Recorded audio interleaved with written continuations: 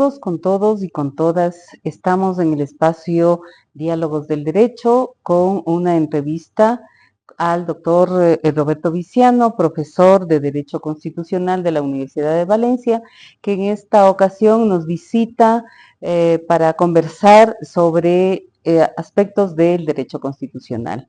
Queremos darte la bienvenida, Roberto, al IAE, la Universidad de Posgrado del Estado.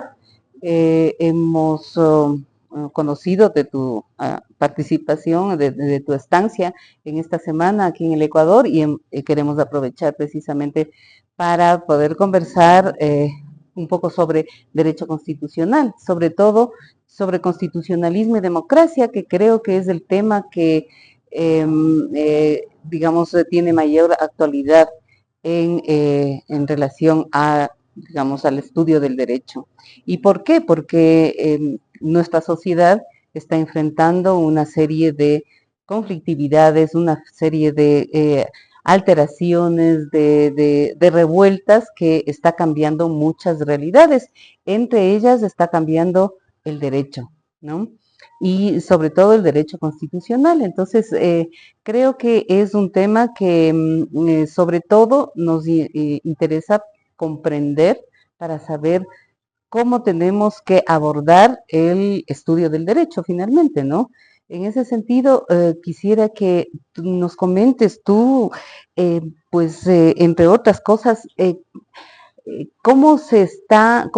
cuáles son los principales problemas del derecho constitucional en la actualidad, ¿no? Sobre todo con relación a cómo se está ejerciendo el derecho y cómo se está aplicando el derecho constitucional y para qué, digamos, qué efectos tiene eso en la sociedad.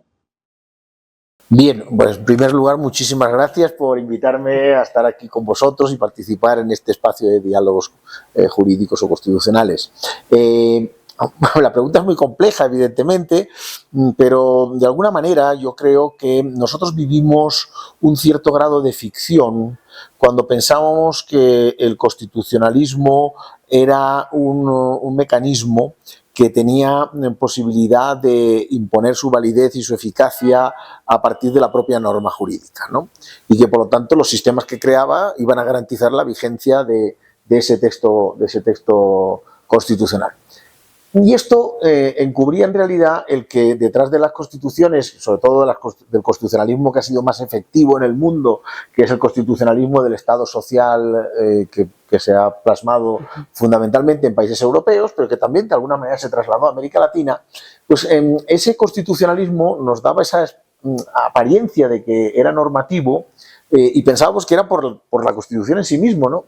Y yo creo que cada vez es más evidente que el constitucionalismo era normativo, primero porque había un consenso de élites, un consenso capital-trabajo también, ¿no? En que las dos partes de la relación de la producción se pusieron de acuerdo después de la Segunda Guerra Mundial en aceptar que funcionara el mecanismo.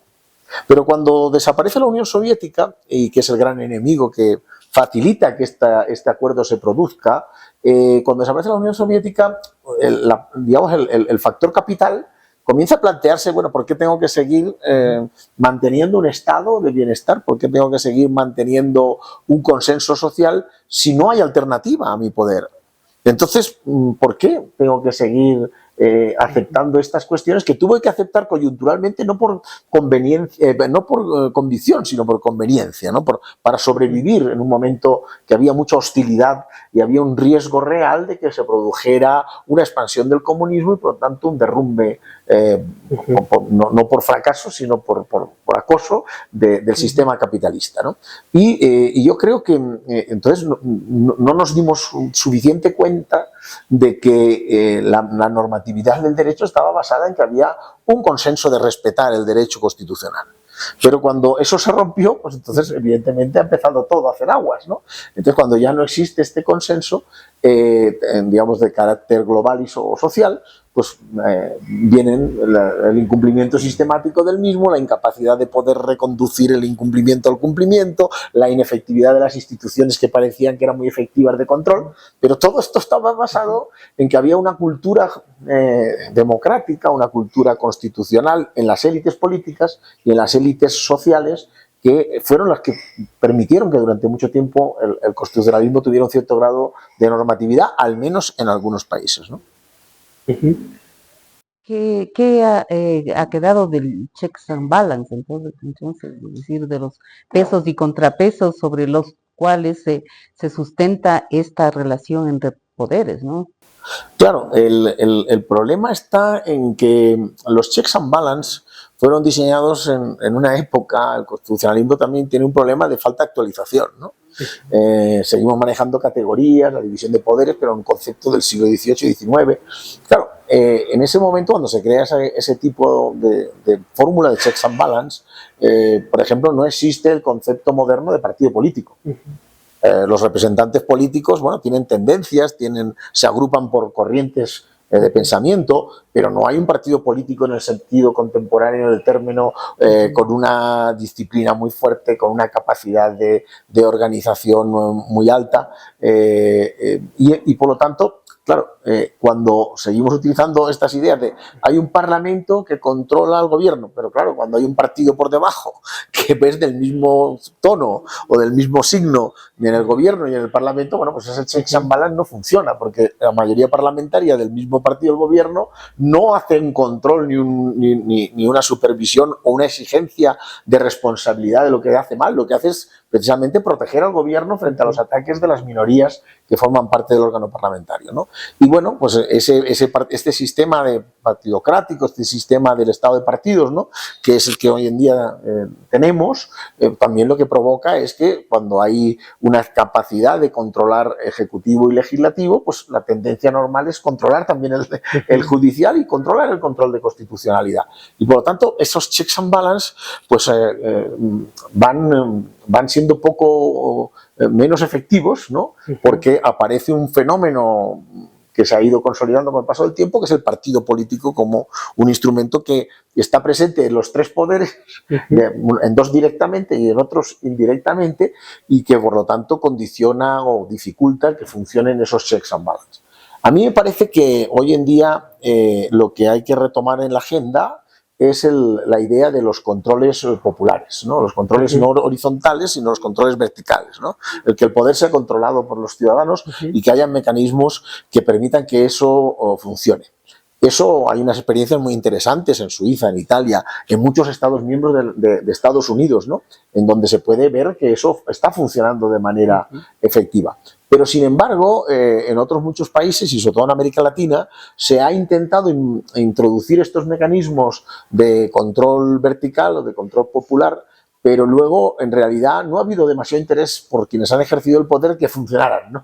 Es decir, se han diseñado constituciones en donde se han colocado instrumentos de participación popular, pero luego, al final, cuando ha llegado el momento de que la gente los vaya a usar, lo que se han topado son con múltiples problemas para poder activar esos mecanismos de participación popular. Es decir, se han quedado un poco en el diseño teórico, pero luego los propios gobiernos que promovieron y que generaron el nuevo constitucionalismo latinoamericano, ese intento de avanzar en una democracia más participativa, más protagónica, luego en realidad estuvieron obstruyendo permanentemente el que se pusieran en marcha esos mecanismos, porque eran mecanismos que le iban a controlar a ellos, ¿no?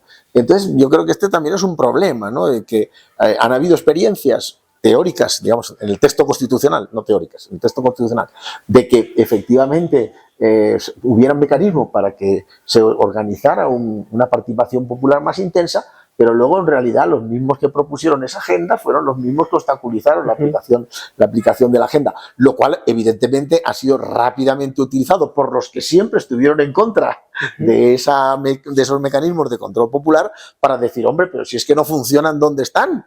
Allí los tienen, mire, usted tiene el ejemplo de Venezuela, usted tiene el ejemplo de Colombia, usted tiene el ejemplo de Ecuador, donde hay muchos mecanismos en la Constitución, pero eso no ha servido absolutamente para nada. ¿Cuántos referéndums han convocado los ciudadanos? ¿Cuántos revocatorios se están produciendo en los últimos años? Hubo un pequeño momento, ¿no?, en el primer momento en el que sí que empezó a haber un poco de uso, pero hubo algunas experiencias catastróficas que lo que hicieron fue incentivar que la gente no tuviera ganas o tuviera miedo de utilizar esos mecanismos.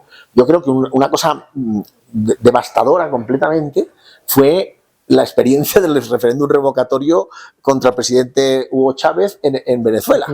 Claro, el que Se hizo el referéndum revocatorio, el presidente Chávez ganó ese referéndum revocatorio limpiamente, pero ¿qué ocurrió? Que después lo que hicieron fue perseguir a las personas que habían firmado para activar el referéndum revocatorio, la famosa lista Tascón, aquella lista, ¿no?, que se elaboró por un diputado recogiendo los DNIs de los que habían firmado la activación del revocatorio.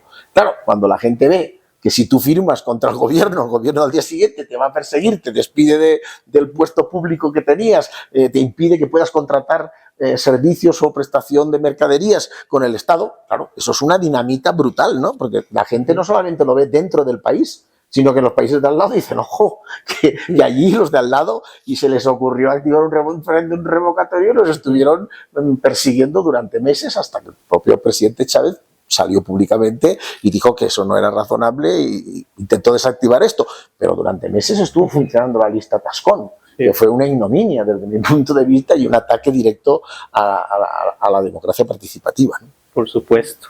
Yo quisiera quizás ahí agregar también como por lo menos abonando en la situación o en la problemática que presenta el constitucionalismo.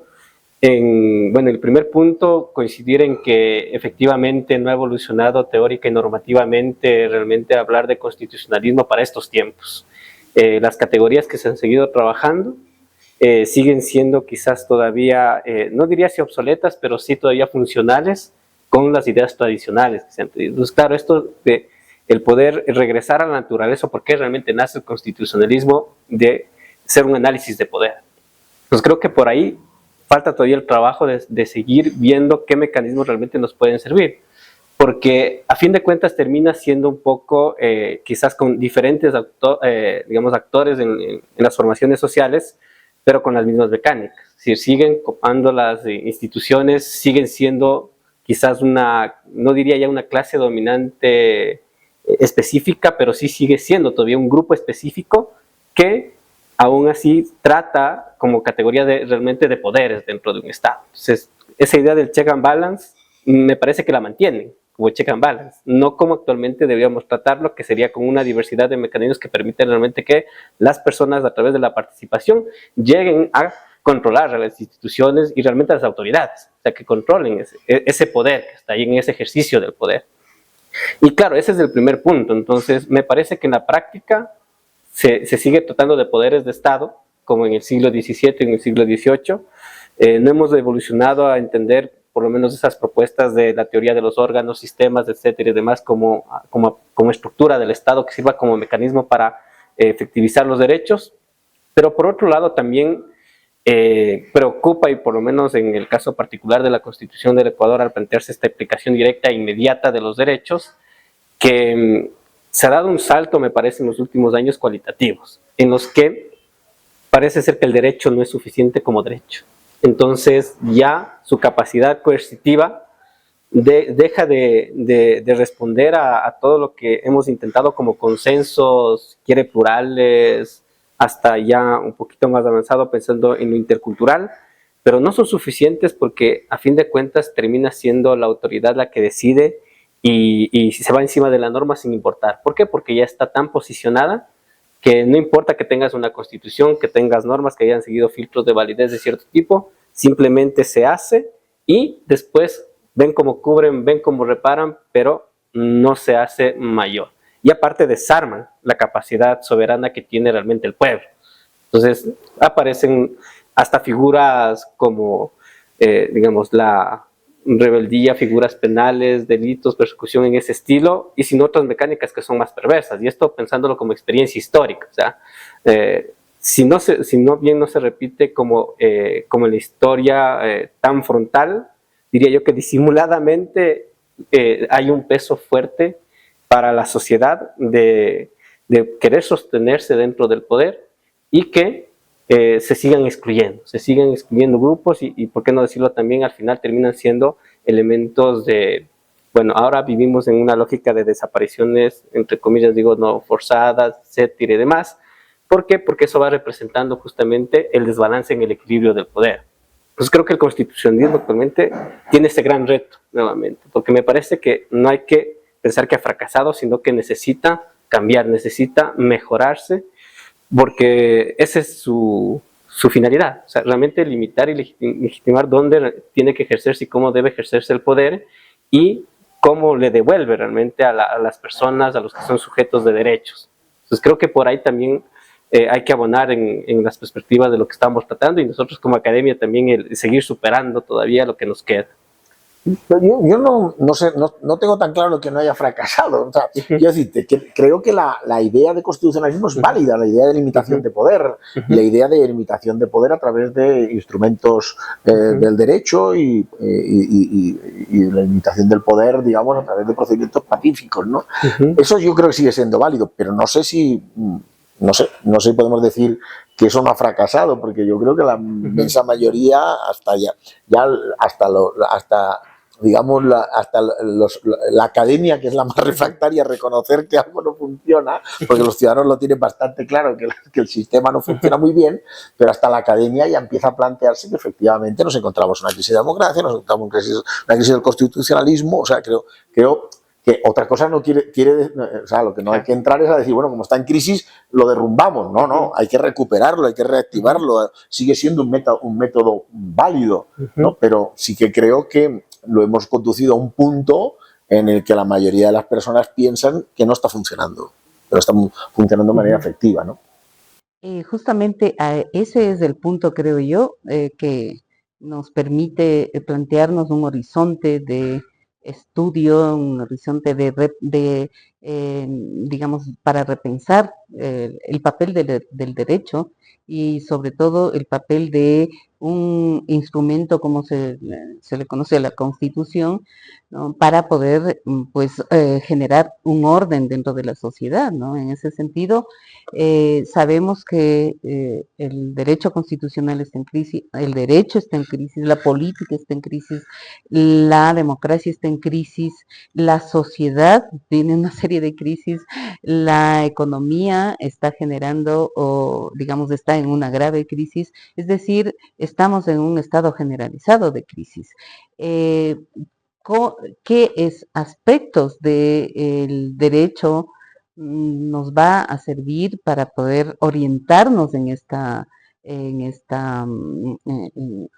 en esta situación, en este momento? ¿Cómo, digamos, cómo el derecho puede ser un orientador y un ordenador, como siempre lo ha sido? ¿Hasta cuándo? Digamos, sabemos que en una época de guerra o cuando hay una guerra, el derecho fracasa. Digamos, no hay espacio para el derecho en época de guerra y estamos más o menos en esa situación, en ese estado, ¿no? Pero de todas maneras, tenemos espacio o no podemos renunciar al espacio del debate jurídico para poder encontrar salidas a esta situación. ¿Qué crees respecto de eso? Tú nos has hablado, por ejemplo, del papel de los controles ciudadanos. Sí, también están cooptados muchos ámbitos digamos, muchas organizaciones sociales están cooptadas o están desarmadas en términos de movilización, en términos de propuestas alternativas a la sociedad y todo eso. ¿Hay algún ejemplo que que podría demostrarnos que hay, digamos, un mecanismo para recobrar la fuerza social para actuar, ¿no? Y en las aulas universitarias, que es lo que nos corresponde, ¿cuál es el discurso jurídico que nos va a permitir reorientar el debate y también, digamos, orientar a la sociedad para encontrar salidas? Bueno, ahí creo yo tres cosas, ¿no? La primera, a mí me parece que hay una cuestión que es metajurídica, va más allá del derecho. Y es que durante un cierto tiempo, sobre todo los últimos 50 años o 40 años, quizá en América Latina menos, pero en Europa los últimos 50 años o 60, ha habido una posición, y quizá en América Latina, como digo, esto lo podamos reducir a los últimos 20 años, ¿no? Menos, Pero sí que en este 20 últimos años en América Latina y 60 en Europa, ha habido una posición de la ciudadanía pensando que la democracia puede funcionar sola. Y la democracia necesita ciudadanos que se tomen en serio su implicación dentro del funcionamiento del sistema. O sea, la democracia no es algo no sé, espiritual, etéreo, ¿no? Es la acción cotidiana del demos. Pero si el demos piensa que no tiene que hacer nada porque eso va a funcionar solo, entonces evidentemente es como estás en una bicicleta, dejar de pedalear, se cae, ¿no? Pues esto es lo mismo, los ciudadanos si no participan y no se toman en serio. ¿Por qué funcionó la democracia durante un tiempo? Porque la gente estuvo implicada. Porque aquí, ¿por qué se consiguieron transformaciones, digamos, regeneradoras? Porque la gente estaba en la calle, porque la gente defendía sus derechos, pero luego se entró en un clima, en Europa antes y en América Latina después, en el cual la gente ya piensa que, bueno, pues que ya van a funcionar las cosas solas, y eso no es real. Primer plano, ¿no? Que no es jurídico, es político. Segundo plano, a mí me parece que también ha habido, cuando yo hablo de participación ciudadana, me refiero a mecanismos de participación directa a la ciudadanía. No eso de que en una ONG, un sindicato, porque todos esos grupos son cooptables. Cualquier grupo pequeño, sea un tribunal, o sea un parlamento, o sea un consejo de participación, o sea un sindicato, o sea una ONG, es posible que sea cooptada por el poder. Porque el poder tiene muchos instrumentos, económicos primero, pero también de influencia política, de presión, etcétera. Por lo tanto, todo eso es fácilmente cooptable. Lo que no es cooptable son las grandes mayorías. Las grandes mayorías no son las que resisten al embate, digamos, del poder político, ¿no? Y eso, bueno, pues ha quedado, creo que claro, pues aquí mismo con la experiencia del Consejo de Participación, ¿no? Es decir, se pensó que las organizaciones serían neutras y las organizaciones sociales y los partidos, al no participar los partidos, no habría contaminación, y hemos visto que ha habido la misma contaminación. Nosotros podíamos y podemos mirar perfectamente a quienes componen el órgano del cuarto poder, y puedes decir, pues este de tal partido, este de otro partido, aunque no militan, evidentemente, porque si no, no podrían participar, ¿no? Pero todos sabemos que detrás está un partido político, ¿no? Entonces, la cooptación, por tanto, es un mecanismo y que solamente se salva, desde mi punto de vista, transfiriendo la responsabilidad a los ciudadanos como electores, ¿no? Que eso ya es más difícil, se les puede intentar engañar, se les puede intentar informar negativamente, pero al final la gente reacciona, ¿no? Yo creo que un buen ejemplo muy cercano es el último referendo que ha habido, consulta que ha habido aquí en Ecuador, ¿no? Una consulta preparada para que hubiera un voto en plancha y fuera un voto sí, en donde habían dos preguntas que eran las preguntas importantes, que eran la de cambiar el contrato laboral y cambiar el que Ecuador se volviera a incorporar a los organismos de arbitraje internacional. Esas eran las preguntas de verdad que el Ejecutivo tenía interés, las colocó en vez de unas preguntas populistas y tal, pensando, bueno, todo el mundo va a votar en plancha, además yo soy muy popular como presidente. Pero la inteligencia popular, ¿qué hizo? Aprobó las preguntas que eran obvias, que todo el mundo podía decir, pues sí, más o menos, que era lo que sea. Y las dos preguntas en las que tenía interés el poder, la gente dijo no. Y eso con una campaña brutal para favorecer el voto en plancha, ¿no? O sea que yo sigo pensando que la gente tiene la capacidad de darse cuenta dónde están las trampas de los que gobiernan y desarmarlas. Pero eso no lo desarma ni el Parlamento, ni lo desarma desgraciadamente la Corte. Yo no creo. Efectivamente, claro. Yo no creo en esa sociedad civil, porque la sociedad civil también es sobornable, comprable, contable, ¿no? Y por último, otro de los temas que a mí me parece que hay que empezar a plantearse también, ya sí que es puramente del derecho, es el tema de cómo interpretamos el derecho, ¿no? Hemos optado por, yo creo que ha hecho mucho daño el neoconstitucionalismo europeo, ¿no? Porque está pensado para Europa, en planteamientos diferentes, con una judicatura diferente, y claro, cuando eso se ha trasladado a América Latina y se ha adoptado el criterio de que son más importantes los principios que las normas, pues claro, los principios sirven para rellenar lagunas, pero cuando todos son principios o normas abstractas o términos que son interpretables de una manera o de la contraria, claro, eso todo lo que genera es una inseguridad jurídica brutal, ¿no? Y yo creo que hemos de empezar a recuperar un derecho que sea mucho más positivo en el sentido de reglas, ¿no? Hablando, en lugar de principio, un constitucionalismo más de reglas y un derecho más de reglas. A mí me parece terrorífico cuando oímos hablar a algunos colegas que ejercen la profesión, ¿no? Y que te dice, bueno, eso depende del juez al que le caiga, ¿no? Esa expresión que es muy frecuente, a mí me parece horrible, ¿no? Porque es como decir, bueno, no hay seguridad jurídica. ¿Cómo le vas a decir tú a un ciudadano, bueno, esto en realidad no depende de lo que dice el derecho, depende de lo que el juez quiera decir? Es terrible, ¿no? Porque el derecho se creó para generar seguridad, que la gente sepa que lo que hace, o qué puede hacer y qué no puede hacer, de una manera más o menos clara. Pero hoy en día no sabemos muy bien qué podemos hacer. Lo que pasa es que el positivismo también entró en crisis. El positivismo también generó una serie de limitaciones que también ahogaba a la sociedad.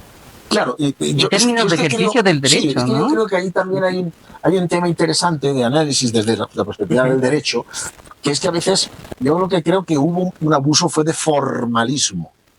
Pero el positivismo, es decir, el que el derecho positivo nos diga lo que hay que hacer y que no lo dejemos al espacio de la decisión más abstracta, de la interpretación muy amplia, etcétera, etcétera, yo creo que es otra cosa, ¿no? Lo que fue malo, yo creo, en esa época de los años 70, 80, ¿no? Era el formalismo, ¿no? El exceso de estar totalmente apegado a la norma, pero una norma que a veces también, pues, no estaba realizada de una manera correcta para que fuera derecho positivo realmente, ¿no? Exacto. Sí, yo creo que justo, y retomando lo que también comentaba Gina sobre realmente recobrar esa idea de democracia y de la participación real. Claro, sí tenemos estos mecanismos del voto para poder hacerlo de manera directa cada persona como con esta categoría de ciudadano, pero ¿qué es lo que también ha pasado? Que yo creo que en general el mecanismo que siempre ha permitido, por lo menos ha generado los grandes cambios, ha sido el de la gente directamente que socialmente se manifiesta, ¿no? Y esto expande la frontera de la participación, porque claro, si cada persona realmente se queja, tiene el mecanismo, va contra la institución, comienzas a hacer presión y llegas hasta el punto realmente de una tal resistencia que puede desembocar en protestas, etcétera y demás, porque esa es realmente la democracia. A fin de cuentas, cuando no están funcionando las instituciones, es que se reactiva mucho. Pero también, como tú dices, las grandes élites saben cómo trabajar, saben qué hacer y desarmarlo hasta desde lo jurídico, y por eso yo mencionaba incluso la persecución desde utilizar el derecho penal. Entonces, claro, tus síntomas, tus manifestaciones de resistencia terminan siendo un delito. Entonces comienza a perseguirte. El que se reúna tal parte, el que se haga tal cosa, y comienzan a trabajarse paralelamente en algunos ya muy concreto como estados de excepción, y en otros casos indiscretamente igual. Sigues persiguiendo a X personas porque sabes, como el ejemplo que tú mencionabas de tener el listado cuando quienes votaron, o si no, tú hiciste esto, bueno, esto ya es sabotaje, esto es terrorismo, pero no es resistencia. Entonces también comienza a desarmar, creo que yo, el fondo de lo que representa la democracia, que es la propia expresión de la persona en sociedad que tiene para hacer. Y sobre este punto yo coincido, ¿no? Yo sí he criticado también este paleopositivismo, este formalismo extremo, claro, porque entiendo que en la regla la definición es un riesgo, ¿no? Sigue siendo un riesgo, o sea, definirte qué dentro de un gran paradigma de la formación social y hasta cultural puede ser un riesgo en que te defina tan claramente qué tienes que hacer, ¿no? Yo pongo a veces el ejemplo de cómo estaba estructurado el Código Civil, ¿no? Y te decía cuando realmente es un matrimonio. Pues un matrimonio hombre-mujer, pero que tiene que procrear hijos, que tiene que ser entre hombre y mujer, que tiene que... O sea, tan definido porque viene con una base desde la formación social que tienes. Claro, ese es el riesgo de que pueda haber un desequilibrio del poder, una desigualdad ahí detrás y en casos más tangibles sobre discriminaciones en la propia norma, como regla. Pero yo coincido en que no es lo mismo hablar de un positivismo que está respaldado por esos valores, esta axiología, esta teleología que puede darte un constitucionalismo, que es distinto. Porque en general tenemos, digamos, la obligación de formular las reglas para facilitar realmente el derecho, para que se cumpla el derecho. A mí me parece que si solo lo pensamos, y por eso hay una discusión aquí en el caso ecuatoriano de en acciones de protección, jueces de primera instancia tienen que ponderar, y yo siempre he dicho no deberían ponderar, ellos deberían cumplir las reglas que ya están puestas. Ya cuando sea realmente complicado porque no le encontramos solución, porque no se ha creado la regla, bueno, ya nos tocará desde arriba el poder utilizar los principios. pero se entiende que las reglas son válidas materialmente porque están acordes con la Constitución. Entonces, nuestra obligación es crear todo ese mundo de reglas, pero ya difícil de cumplimiento del derecho. Pero si lo dejamos en principios, vamos a tener muchos problemas a largo plazo porque siempre vamos a estar a la necesidad del tipo de interpretación o el método que queramos y no nos va a permitir, no sé si quizás la seguridad jurídica, pero me parece que sí es un riesgo para el propio constitucionalismo y su práctica, porque no se está materializando y no está cumpliendo su finalidad. Y esto le estamos delegando a solo un grupo de personas que nos dicen desde nuestra decisión, esta es la regla para esto y después puedo cambiar la línea jurisprudencial, ahora tenga esta nueva regla y no están en las normas infraconstitucionales donde ya debería comenzarse a ser tangible para cada caso y resolverse de la manera más inmediata. Entonces también creo que eso sí nos hace falta como procesos para darle vida a ese constitucionalismo. Es que, yo creo que también hay otro tema, ¿no? Entonces, siempre nos lleva una cosa a otra, ¿no? Pero creo que hay otro tema importante y es que hemos empezado a mezclar elementos de funcionamiento del sistema del common law con el sistema del civil law, ¿no? Entonces, ¿qué ocurre? Pues que, claro, en el civil law, en nuestro modelo continental originario, bueno, pues lo que hemos previsto y cómo ha funcionado nuestro sistema jurídico es que el juez no crea derecho. El juez aplica el derecho. Y para aplicar el derecho a veces se ve obligado a tener que hacer un poco de actividad creativa. Pero no es su tarea hacer el derecho. Eso no es en el common law. Entonces hemos trasladado las categorías del common law a un sistema continental y entonces yo creo que ahí hemos hecho un desastre bastante importante. Porque son tradiciones diferentes y son lógicas diferentes, ¿no? Nuestro modelo no tiene que... Yo entiendo que en el modelo del common law pues el juez tenga una actitud activista, pero esa actitud activista no la puedes trasladar a un modelo que está basado en la privacidad de la ley, es decir, en la privacidad del derecho que emana de los órganos democráticos. Porque, claro, si te van como al law, también eso cambia porque hay muchas veces que el juez tiene una legitimidad democrática, pero que en nuestro sistema el juez no suele tener una legitimidad democrática. Claro, entonces, al mezclar todo, pues al final lo que se hace es un pastiche que es bastante intregable, ¿no? Sí, bueno, yo también estoy plenamente convencida de que el derecho que nosotros aplicamos, sobre todo en los espacios dependientes teóricamente, es uno de los grandes problemas que tenemos como sociedad, porque, y esto está bastante bien estudiado, como tú conoces, sobre cómo son los tránsitos de la circulación del conocimiento, en este caso del conocimiento jurídico, y cómo en esos traslados, en esas adaptaciones, se van cambiando los sentidos en este caso de las normas, de las teorías, de las instituciones jurídicas, etcétera, etcétera, ¿no? Bueno, lo cierto es que esa es una gran tarea que nos queda. Lamentablemente, cuando la discusión se vuelve más interesante, nos toca por el tiempo terminar este importantísimo diálogo. Yo te agradezco muchísimo esta visita, querido Roberto. Pues la Universidad de Valencia es mi universidad, ¿no? Ahí estudié, saqué mi doctorado y para mí es prácticamente mi casa digamos, materna en términos académicos, ¿no? Así es que saludos a los profesores y también saludos a ustedes, queridos estudiantes, profesores que miran estos programas y que pueden precisamente alimentar el debate, el debate jurídico para poder para poder intentar que el derecho sea también un espacio de transformación de la sociedad. Les agradecemos muchísimo a nombre de la Escuela de Derechos y Justicia del IAEN, la Universidad de Posgrado del Estado. Hasta pronto.